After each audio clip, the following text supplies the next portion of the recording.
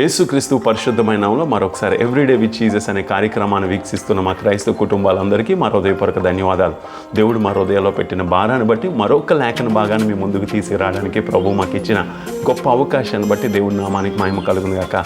Bible గ్రంథంలో యాకోబు 1:9 నేను బైబిల్ చదువుతుందే జాగ్రత్త వినడానికి ఇష్టపడదాం. దీనుడైన సహోదరుడు తన కలిగిన ఉన్నత దశ యందు అతిశయింపవలను, ధనవంతుడైన సహోదరుడు తన కలిగిన దీన దశ యందు అతిశయింపవలను. ఇక్కడ ఒక మాటను మీ ముందుంచాల, అతిశయించుట. ఎవరిని బట్టి అతిశయిస్తున్నాం? అందుకే దావీదు భక్తుడు అంటాడు, నేను గుర్రమును బట్టి కానీ రథమును బట్టి కానీ అతిశయించట్లేదు, నా దేవుడైన యెహోవాని బట్టి మాత్రమే అతిశయిస్తున్నాను.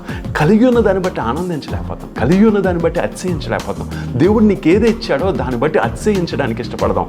ఈరోజు ఒక ప్రాముఖ్యమైన విషయాన్ని మీ ముందు ఉంచాలనుకుంటున్నాను. ఈ ఉదయకాల సమయంలో ఎదుటివాడితో పోల్చుకోవడం వల్ల నువ్వు నిరుత్సాహానికి నెట్టివేయబడతావు. లేదా ఎదుటివాడికి ఏదో ఉందని, ఎదుటివాడు ఎవరో అభివృద్ధి పొందుతున్నారని, ఎదుటివాడు ఎలాగో దీవించబడుతున్నాడని వాళ్ళని చూసి నీకు కలిగి ఉన్న దాన్ని బట్టి దేవుడు నీకు ఇచ్చిన దాన్ని నువ్వు మర్చిపోతున్నావేమో. నువ్వు అతిశయించాలి. ప్రభా, ఇది కూడా లేని వాళ్ళు చాలామంది ఉన్నారు. ఒక మాట చెప్పి నేను ముగించేస్తున్నాను ప్రియులారా. ఈ ఉదయకాల సమయంలో నీ వ్యక్తిగత జీవితంలో నువ్వు ప్రభువుని బట్టి తప్ప ఎవరిని బట్టి అతిశయించుకోవాలి.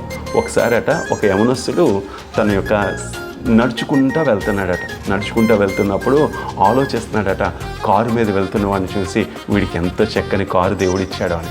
ఇంకొద్ది దూరం ప్రయాణం చేసిన తర్వాత ఆ యవనస్తుడు అలా నడుచుకుంటూ వెళ్తున్నప్పుడు ఒకడు మంచి బైక్ మీద వెళ్తున్నాడట. వాడిని చూసి కూడా అనుకున్నాడట, అబ్బా ఎంత ధన్యుడని. ఇంకొక వ్యక్తిని చూశాడట, రోడ్డు పక్కన 2 కాళ్ళు లేకుండా కూర్చుని భిక్షం ఎత్తుకుంటున్నాడు.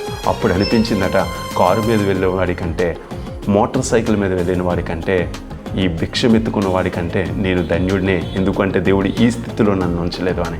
ఈరోజు ఎందుకు ఈ మాటను మీ ముందు ఉంచుతున్నాను అంటే, అతిశయించాలి, ప్రభువుని బట్టి అతిశయించాలి. దేవుడు మనకిచ్చిన దాన్ని బట్టి ఆనందించగలిగితే దేవుడు తప్పనిసరిగా నిన్ను, నీ కుటుంబాన్ని దేవుడు దీవించడానికి ఇష్టపడతాడు. God bless you. దేవుడు మనందరికీ తోడై ఉండను గాక.